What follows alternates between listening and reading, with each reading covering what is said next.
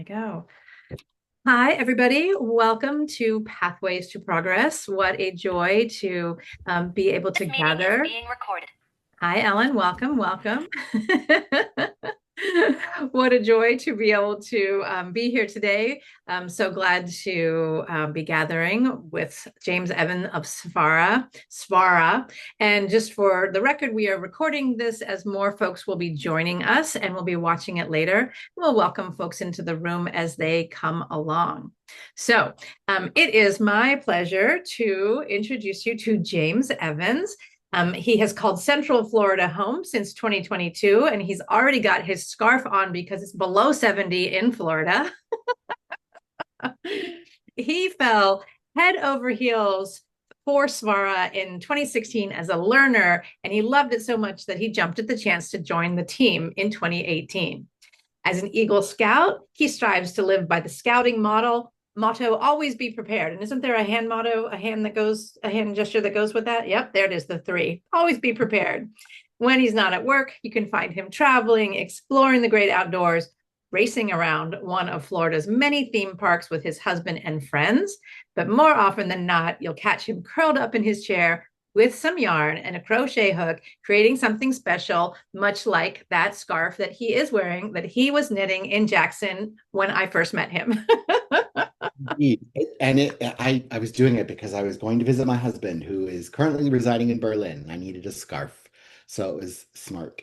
But yeah, thank you. Yes. So we're going to have the way that Pathways to Progress works is that we have a casual conversation talking about the beauty of what is SVARA. So James, why don't you start us off by introducing us to the magical midrash, Beit midrash over there?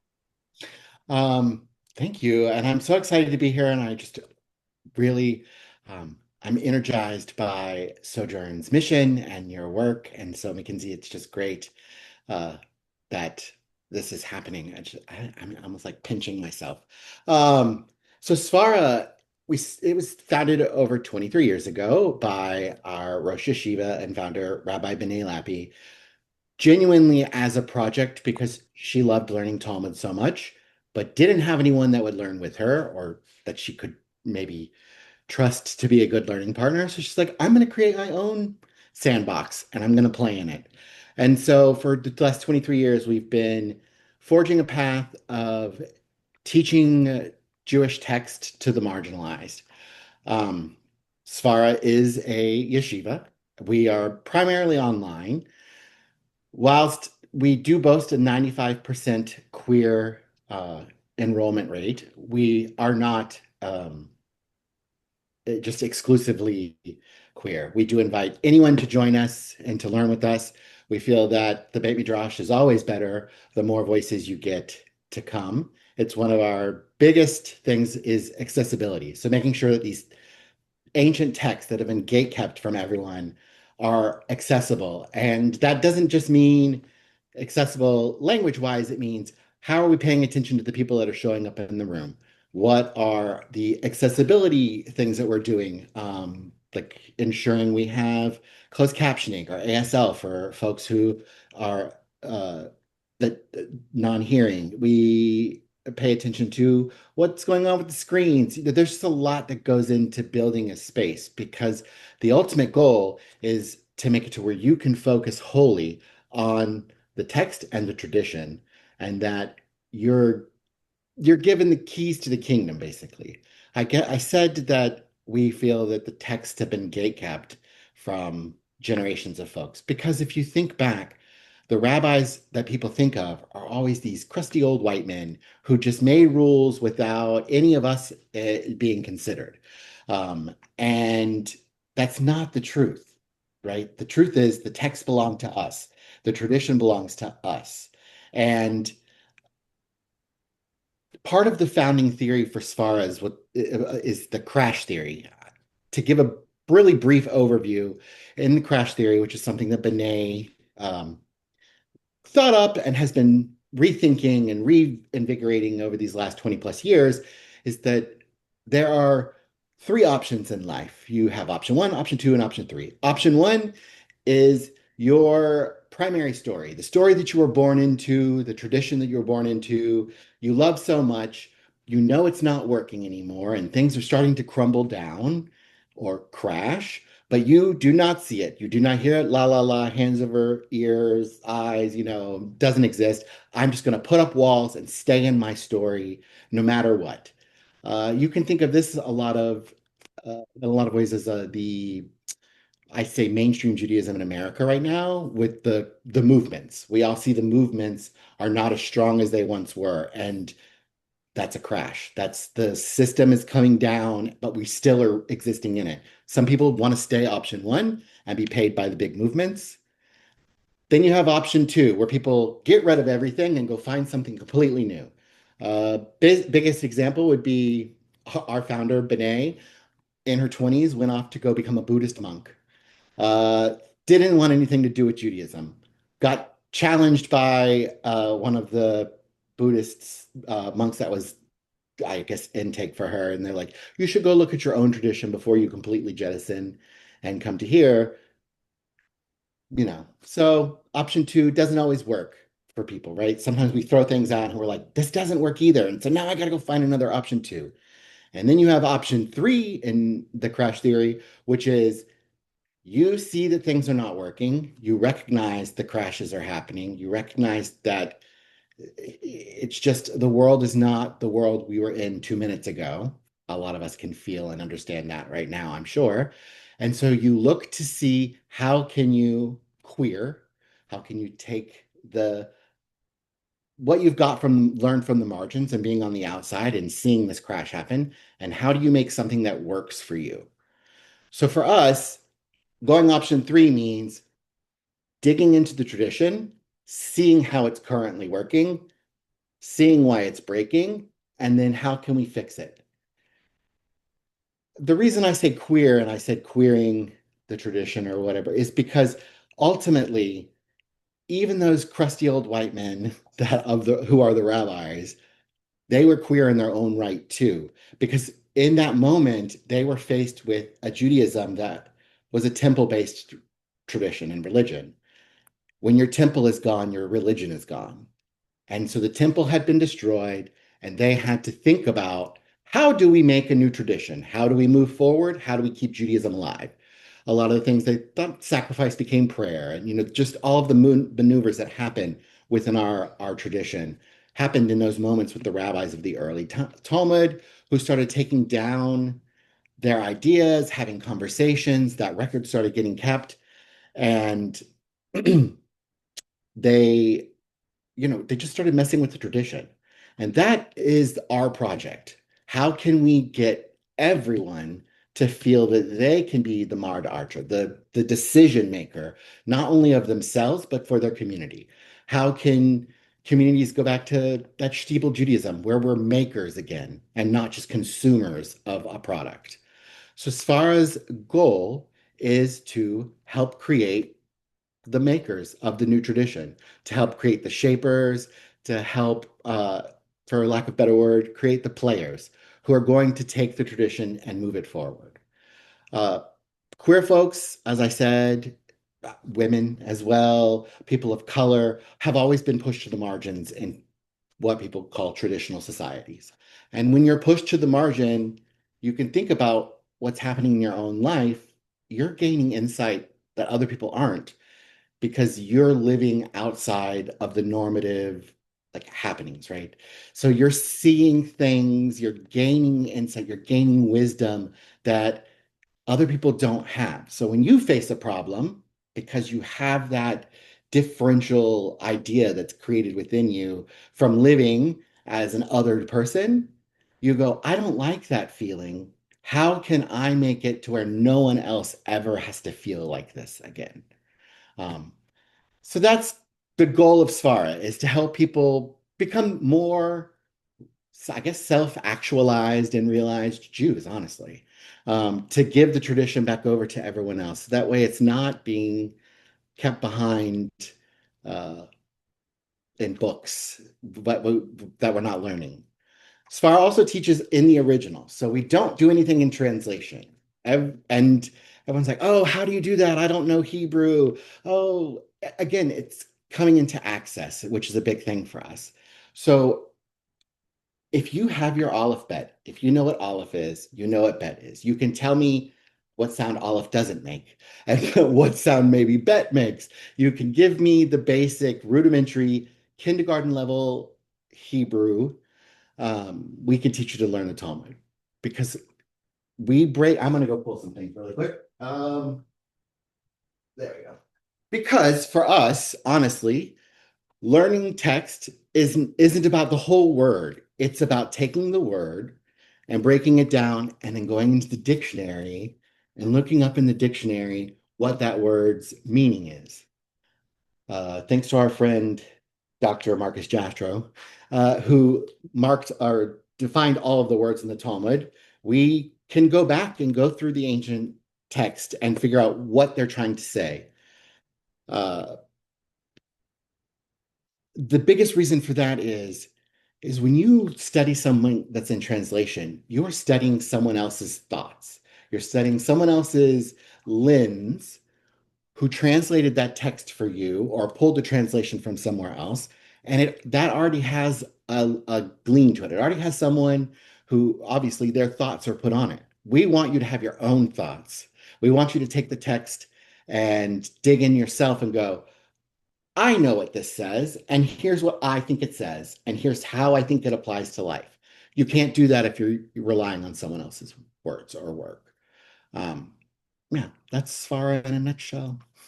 So one of the things I think about through my experiences with SVARA, and I've had opportunity to be with SVARA twice and to learn deeply once, and that idea of it's almost like a holographic experience because I do not speak Hebrew. I barely know my Aleph Bet. It is a painful experience. I have always relied on other people's translations and thoughts, and this idea of like receiving a page that's got all of these words and then there's like 5 words and we're going to work through these 5 words. I might only get through 2 of these words, but those 2 words contain multitudes and contain the universe. And that piece was actually really important for me as somebody who doesn't speak Hebrew and will never have the kind of access of of deeply having it in my bones, right, just having come to it so late, but knowing that there's like a few words that I know so deeply because I was able to look at them in the original and wrestle and think about them and like, ooh, I have a relationship with these words. And I wonder, James, in thinking about like the whole Talmud and my 2 words say, like, why is my 2 words important? And like, how does that actually contribute to modern Judaism? I think I love that you said wrestle too, because I always one of the one of my favorite rabbis, Rabbi R.A. Bernstein, defines Jews as being wrestlers, right? There's the idea that Jews are God wrestlers, but really that we are supposed to be in constant crash and just opposition of what the text or tradition is saying. We should always have questions. And so I love that imagery. And it speaks to kind of what you're saying, Mackenzie, which is, all right, I only have 2 words, but you own those 2 words. You own those 2 words. They're going to inform your decisions if something should ever come up for anyone that's learned anything, because you own those 2 words. They're part of your DNA now. You can have a conversation about just even those 2 words. There are, like you said, there's multitudes.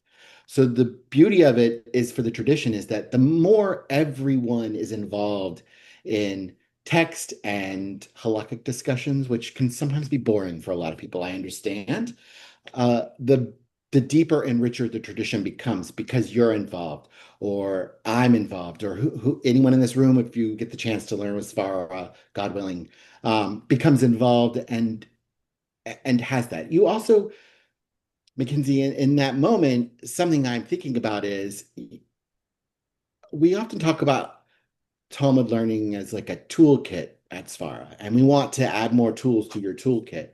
So yes, in that small learning, you only came out with those few words. The more you learn, the more you build up. And it's never about fluency for us. It's always about the process.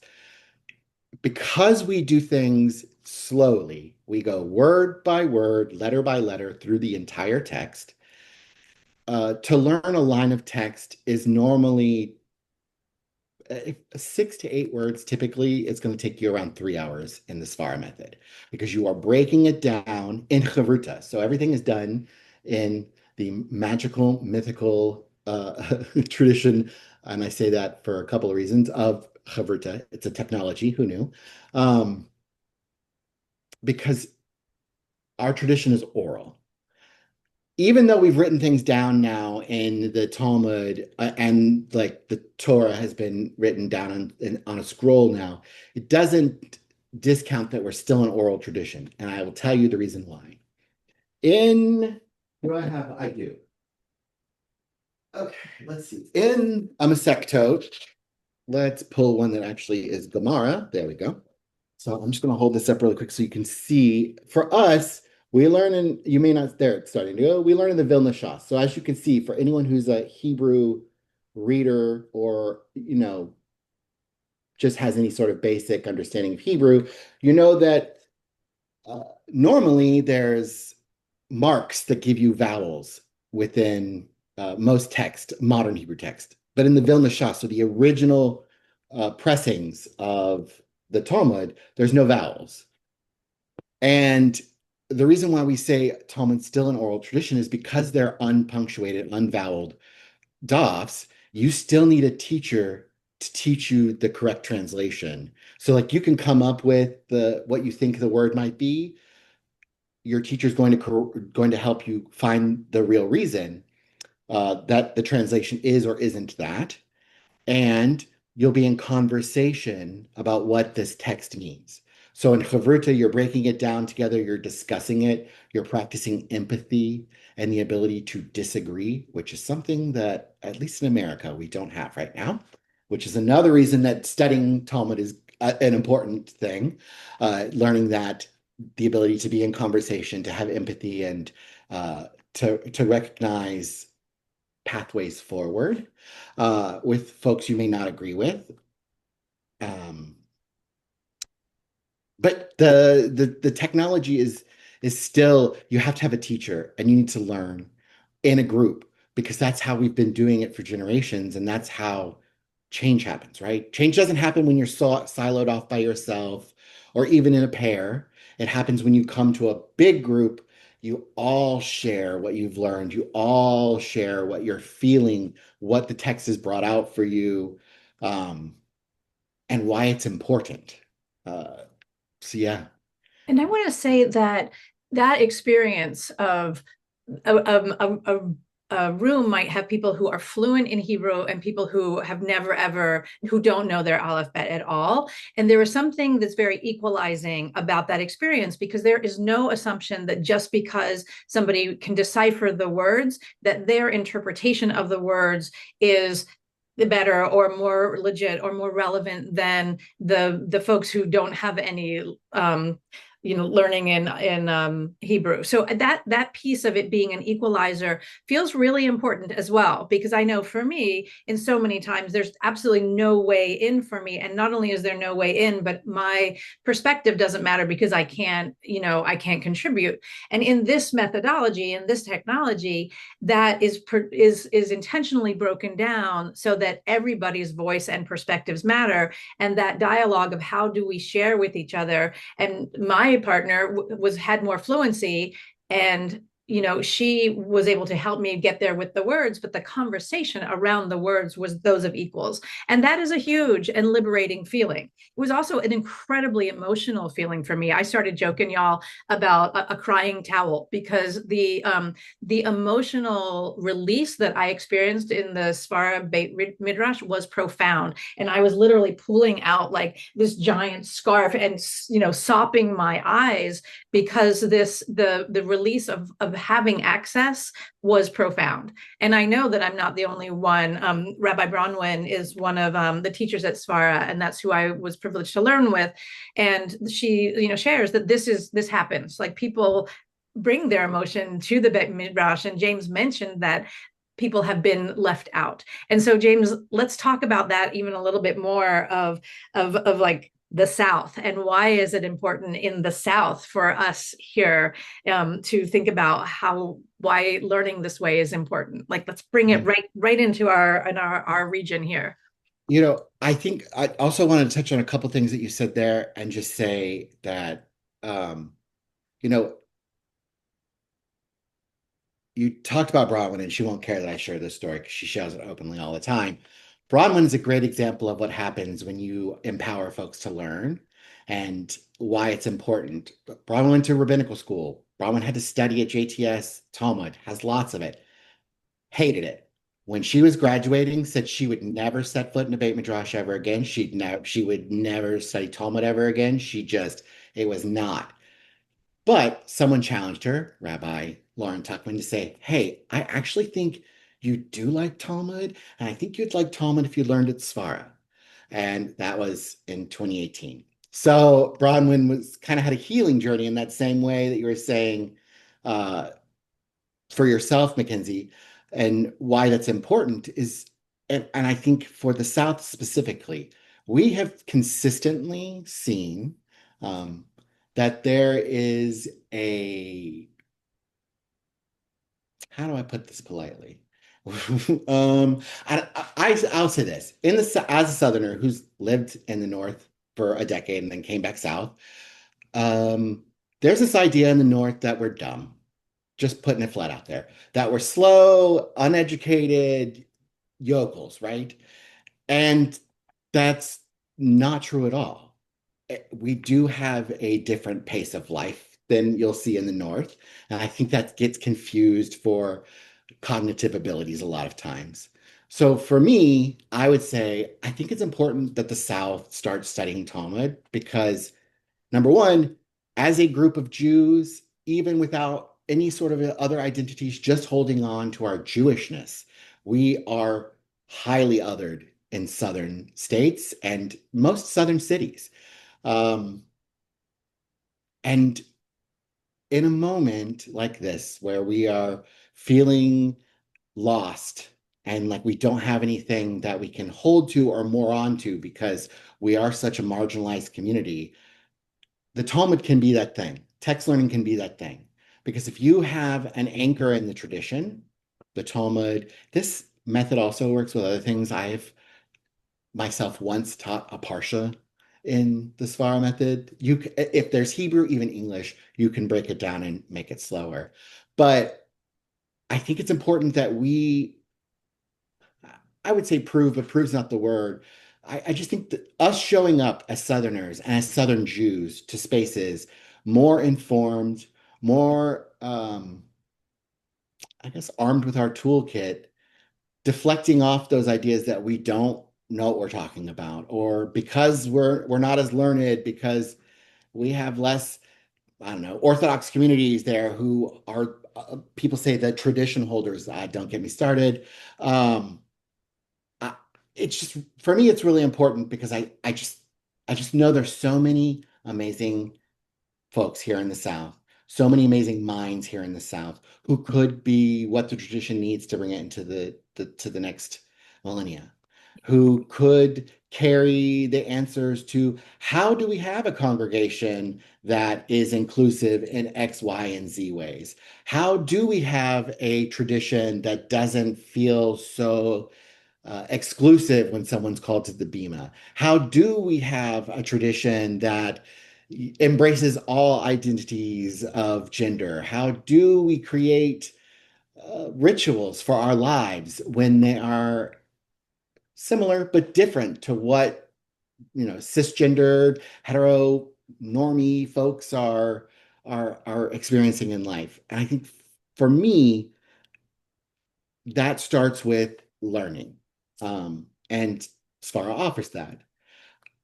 I also, there's something I missed in the beginning when I was trying to describe crash theory. And this is, there are, there's the way the tradition works really quickly on one foot is there are five sources of truth, of law in Jewish tradition. There's Kra, which is the text, the Torah.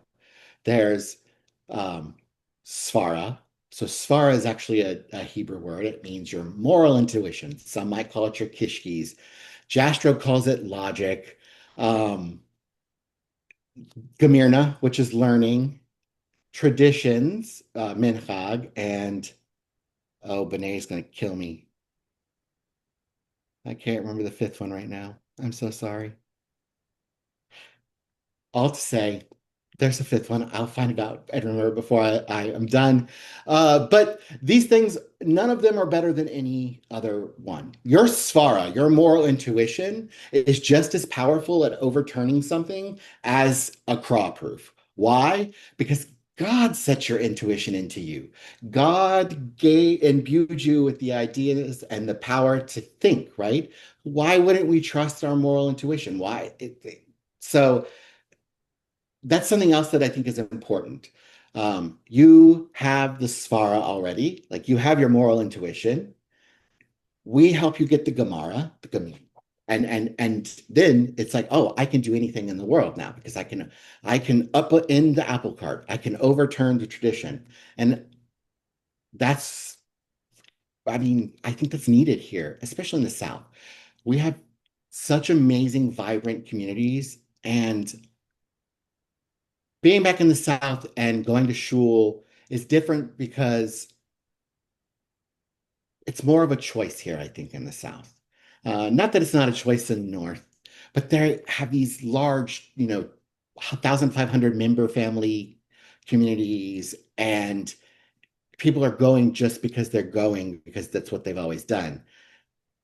For us, we're marking ourselves differently in a lot of ways by showing up at shul on a Saturday. We're giving up, social time. For some of us who went to large ACC, SEC schools, it means we might not see a football game. I know that doesn't matter to everyone, but that is a thing. I had friends that I went to Florida State. We struggled sometimes to figure out what we were going to do. Um, but it's the showing up part, honestly. And I think that learning, like anything in your life, the more you engage and become involved with it in any way, shape, or form, the more impact it has on you and you have on it. So yes, you could be someone that goes to shul every week, but now you're engaging in adult learning and you're taking those lessons deeper into your personal life, your professional life. The learning shows up everywhere. Folks will often say the text I learned on, I don't know. There's a text called that Levio Dea Maratna shows the tagline of this particular one, and it's in Yom, and it's dealing with Yom Kippur, and a pregnant woman needs to eat. And the line is Levio Dea Maratna show, which is the heart knows its own bitterness. That's an outside sort of translation, going deeper inside or going, it's like what you need. Your body is telling you what you need. Are the decider of your own life. No one can tell you you have to fast. If you need to eat, you need to eat. No one can tell you to not do I don't know, put on this piece of clothing if you need to put this piece of clothing on. And I guess it's almost like giving yourself permission to show up in the ways that you want and can show up, and sort of removing that shame again from being Jewish, especially being queer and Jewish. Uh, the more you can understand, I would say, the rules that are being weaponized against you, the more you can be like, that's bullshit, for lack of a better word. You can't, like, I won't be oppressed by your nonsensical translation. Like, here's what I think it actually means. And you can push back. James, I want to come in with that question because many of us in the room here are Reconstructionists, or we are identify as Reconstructionists. And so for us, there is a way that this is how we approach our Judaism. And I am curious, as you've moved Svara throughout the South and all parts, this is really radical. Like, this idea is really radical because it is the learners making their own, like queering the tradition. And I am curious about the conservatism of the South and some of the rigidity of certain kinds of Judaism, and how you all have navigated some of that. I'm curious if you'll just speak to that for a moment. Yeah. I I think it's interesting because we do have you kind of touched on this earlier where it's every baby Josh is a mixed level typically. So there's going to be people of all sorts of walks of life and Judaism and identities. Even non-Jews show up and learn with us, and that enriches the tradition even more. Um, I think because of how traditional the learning is and how it is very yeshivish. So even though we have made it accessible and it's a bunch of queer folks at the like gathering for it, it's still very traditional and like small c conservative idea of what learning is in that way. So because we're taking it no translations and we're doing all of the work ourselves and we're in conversation and wrestling with that text, I think that the more conservative ideas that come into the Beit Midrash, that a lot of people are like, wow, I didn't expect to one, experience anything like this or think I was going to learn anything from this. I just showing up. Two, because they're forced to slow down and they can't just rush right through it, they are also learning. And so coming out from the space, seeing, um, oh, it's not just me that got something from this. Everyone is getting something. And the idea that we say it's radical isn't that it's radical like we want to throw the baby out with the bathwater. It's radical in the fact that it's so traditional and so slow and so methodical that you leave feeling empowered. And I think that while there are a lot of folks who don't appreciate what the Reconstructionist movement has been, and one of the beauties of it is like you are the deciders of your own community's fate. I think more and more people are beginning to realize that that's the path forward in some ways. There will always be the people that stay option one and go la la la. I think I don't know. I'm consistently blown away by folks who are like, oh, this is not for me. This is you're too lefty, you're too whatever, and then they come in and they're like, oh wow, this wasn't like there was no political idea. There's nothing. You're not pushing anything. You really are just about learning the text. Um, because honestly, it's not on us to have an idea or to push a certain identity or idea to you. Our goal as a yeshiva is the goal of any learning space, which is to be radically welcoming, comfortable, and to push you outside your boundaries. You push us outside our boundaries because that's where growth happens.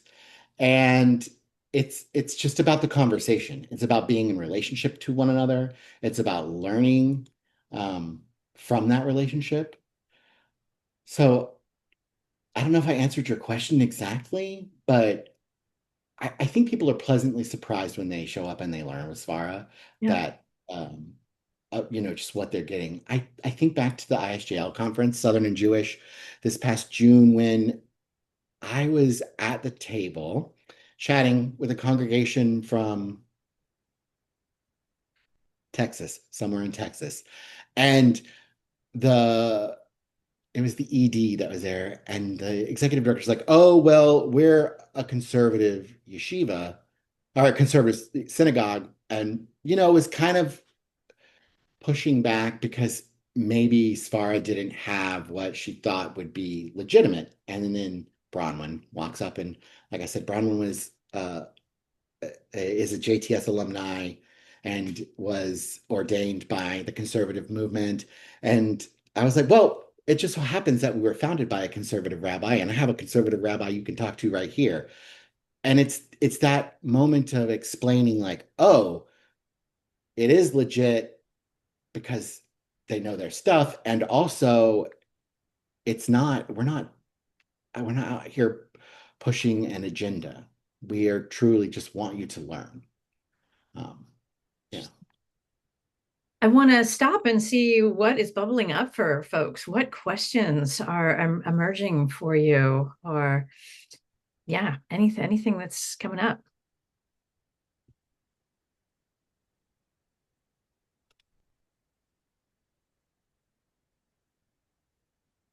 Go ahead, Rebecca. Where's the mute? Yeah, the unmute. I've got so many things open on my desktop because this is sparking so many things. So I popped on the internet to try to find that fifth thing for you, and so I put in five sources of truth, SVARA, and came up with. Now, I'm a yoga teacher and a yoga therapist, and I'm constantly looking at how these traditions interlock. And what I found is just absolutely fascinating. Apparently, there are six sources of truth in the Vedanta philosophy, but I digress. We'll look at that another time. But thank you for answering my question about what Svara means. Mm. And I was wondering, are there different versions of the original written text? Or is there just one that everyone accepts is the written version? So it's my understanding that as of now, the the ones that are printed in the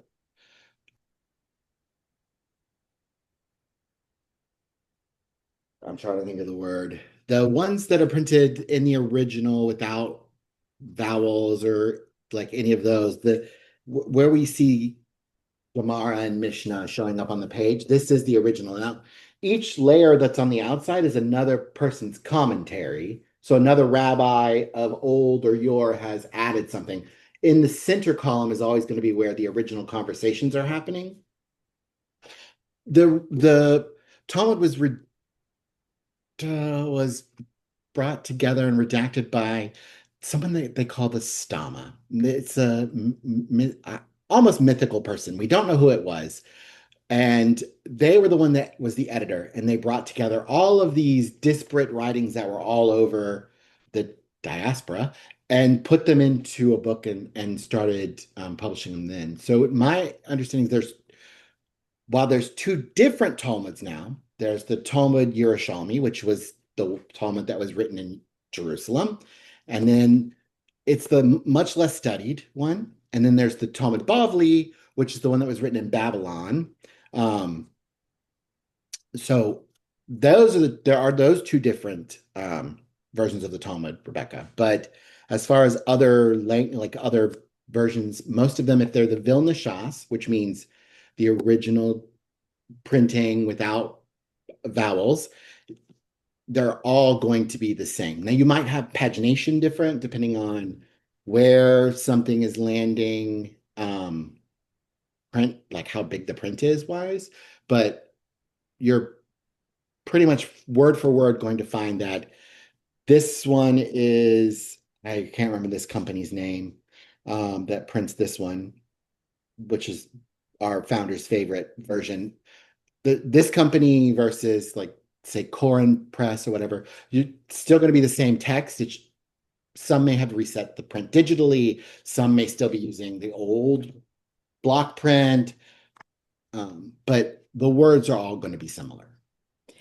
Because I find it so interesting, taking an oral tradition and trying to synthesize it down into even just the choice of a word to represent a concept. Mhm. There's so much richness there. So I'm really fascinated by what you're doing. Thank you so much. And even those root words, like, understanding that all Hebrew comes from a root. And that's one of the things that Svara like gives you all these different things. You've got a book and you've got a dictionary and you got this and you're that. And like the root, here's the root. But what do you think this root means? Like because even the root itself can mean like three different things. And so how you engage with that root is can create something totally different. And I think the thing that was so fascinating for me is that sense of aliveness.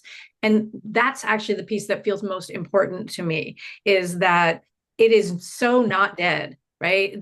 We used to have a place, our synagogue used to be at a church that had God is still speaking. Don't put a period where there should be a comma, right? That was and I wrestled with that for years. I think, what does that mean? But I understand now, especially like thinking about Talmud, like it's still alive. It's us bringing our voices and our intuition, our svara, right, to this process that is the aliveness of it. And I'm so fascinated by that because it also means that, however I come to it is just as valid as anybody else is coming to it, right? How it feels in my body, and I think that's fascinating.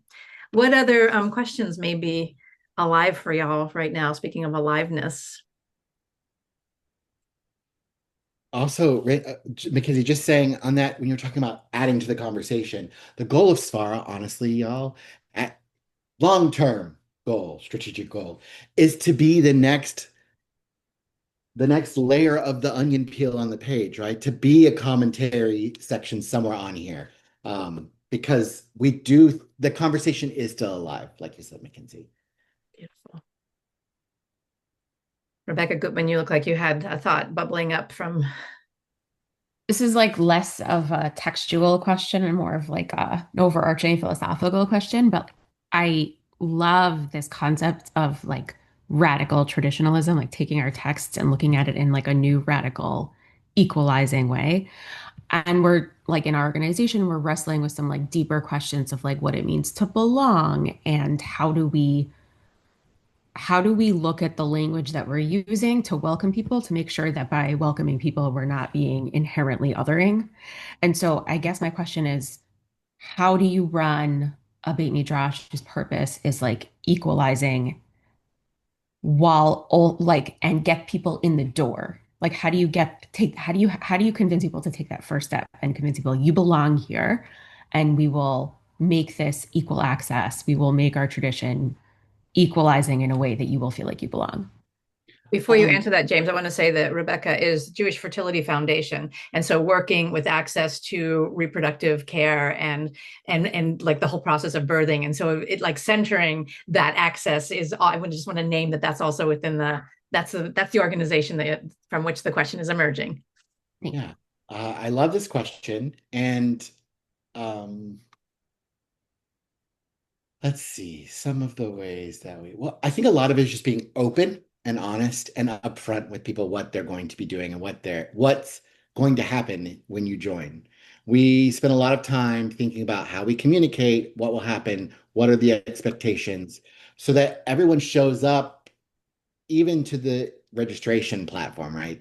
Understanding what they're going to have to do, how they're going to interact with us. Um, we also tried to think about what are the barriers that impede folks from joining. One of those would be financial access, right? So for Svara, a big piece of access for us is financial access. We believe as an organization that no matter what, uh, no one's ability or lack thereof to access capital should stop them from being able to learn. So no one's ever turned away at SVARA. We have a very generous sliding scale from 0 to 1 million. I would love if anyone would like to pay 1 million, please God. Um, and I just learned this yesterday, so I was having a conversation with someone who's a Jew by choice, and we were just trying to figure out. SFAR has a lot of folks who identify as Jews by choice, and so why? And I mean, we can all think of reasons, but it was brought to my attention that one of the reasons that folks who didn't grow up as Jews will often show up in Svara spaces is because we don't ask if you had a Jewish parent. That can seem like something that's like innocuous for most, but if you weren't raised Jewishly, that question is a real like, oh, I don't belong here because now I have to explain myself to you. Um, and I think it's honestly, it's the showing up part. And I know that sounds weird, but it's us starting to do things like this to come to communities to explain why learning SVARA is important, and that there's no goal behind it other than that you learn and become a maker in the tradition. Like we don't have any other motive, right? And I think sometimes when you explain to folks why it's important to be in sort of this traditional learning space, in this 2+ millennia old technology of Chavruta learning and tech study, um, and that all you're going to do for X amount of time is just focus on that, people are people want to show up. People are starving for community. People are starving for meaning making. People want to feel like they can belong. And when you put no barriers to that belonging, it kind of just makes it to where it happens. The other thing I will say is because we have a lot of folks that love and believe in SVARA, our community is our best, um, I guess, advertising, for lack of a better word. I mean, that's the way it is, right?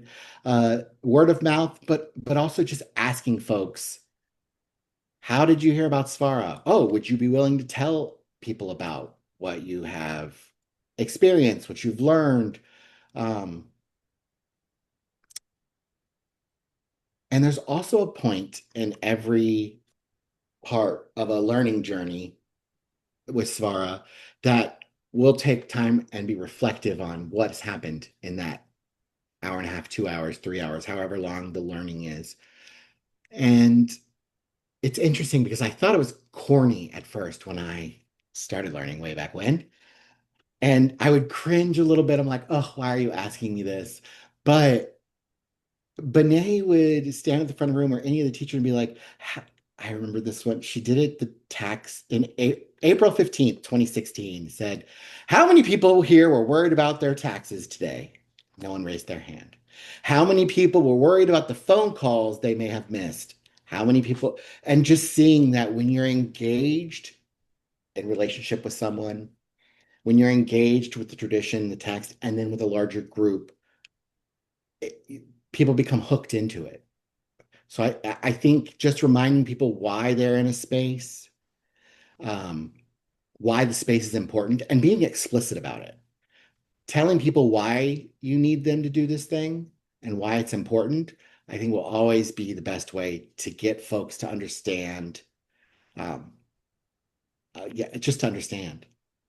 Something that's interesting is I've always been a very flowery writer when I write, like academically flowery, but I tend to really gild the lily. And I was in a professional development session recently, and they were like, "Stop doing that. Just be upfront. People want you to be upfront. They want to hear the truth." And I think the more we can do that as a society and as a, tradition of, folks, the better off we'll be. James, I had a question that gets into the technical, which is that the value of being bodies in a room together and knowing that many of the teachers are not in our region. Like, could we ever hybrid where the learners are in a room together, but we bring the facilitator, the teacher in virtually? Is something that I would be curious about, and thinking about Sojourn and like having a gathering where we come together. We may not be able to pay for a teacher to come down, but we can pay for a teacher on Zoom. Yeah, that's definitely an option. We have a bunch of different sorts of ways that SVARA can create programs for anyone. There's been models in the past, and we're full disclosure. SVARA went through a restructuring where we reconfigured things on the team and how we were working and what our goals were, because previously we were just learning for learning's sake, and we realized that's fun, but it can't get us to our goal of creating a more healed and empathetic and like equal world, right? Um, so as we've come out of our restructure and new into a new strategic plan, we are just thinking of fun ways that we can be in more places, even if we can't physically be in the room. There's a synagogue that is in Seattle, Sandra's cousin synagogue, who is there. We're starting a program with them where it's my understanding is it will be that sort of there will be a beginning touch point and then there's something that comes afterwards for them, a long-term sort of learning thing. But the teacher doesn't have to be present. We can totally be online. And I'm we've talked about it before. We have sessions that are online and in person. So yeah, we're open to anything. We're not afraid of technology either, which is not true of all yeshivas. Um, so where there's a will for us, there's always a way, 100%. And I do remember the five sources of law, so I can actually give you the correct names. B'nai, if you're watching this, please forgive me. Kra. So Kra is the Torah, the five books of Moses. It's where the 613 commandments are held for us, right? Minhag, which is longstanding customs. Those are the customs of communities, of nations, whatever. They're also considered an accepted form of binding law. Then you have Ma'aseh, which is precedent or exemplary act set by legal authority. A lot of people think that's like the Gemara or the Talmud, Mishnah Torah. Then you have takana. Takana are legislative enactments or positive ordinances created by the rabbis to repair or improve our lives. So these were the rabbis being, a lot of times it was the Sanhedrin. They were being asked specific questions. Give me a ruling. So they're decrees by rabbinic authorities. A Beit Midrash or a Beit Din can also give takana. And then there's SVARA, which is that informed moral tuition, your kishkis, the thing that moves you, the thing that God gave us all. Amen. So those are the five sources.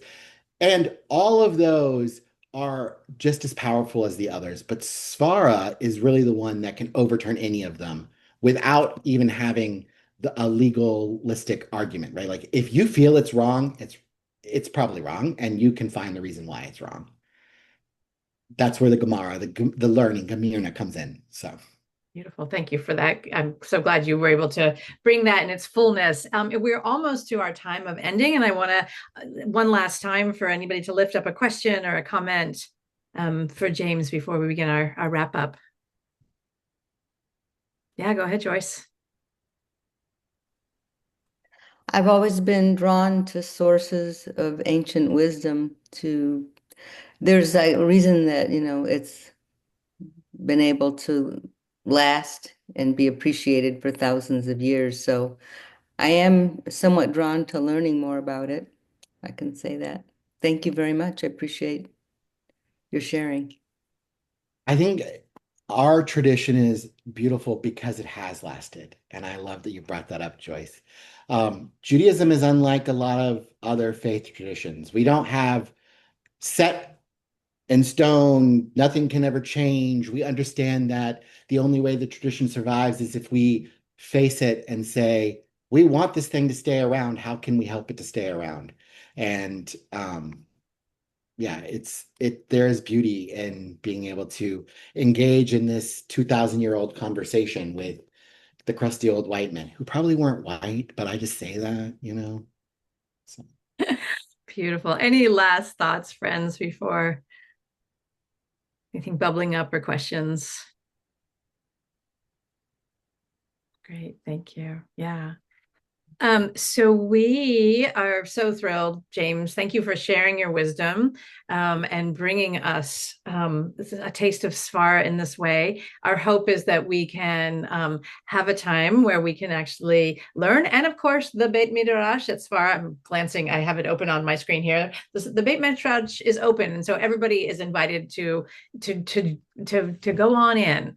And James is in the South with us, and it's so beautiful to have you in our community here.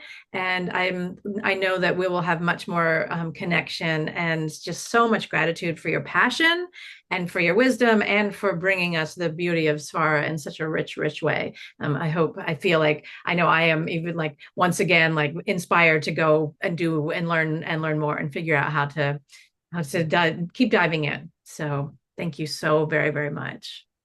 And I would tell anyone who, if you are a member of a congregation, you are thinking about, oh, like I think this would be great, reach out to me, James at svara.org.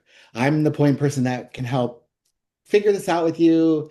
We, our goal is to find somewhere in the South to land and start bringing more Talmud learning to everyone, especially queer Jews, I'll just say. You don't have to be queer, but we are really uh, founded and run by queers, so there is that. But I just appreciate this opportunity to share about Svara and all the great work that you're doing at Sojourn. So I just appreciate it. Thank you. All Yeah. right. Beautiful. With that, I'm going to turn off the recording.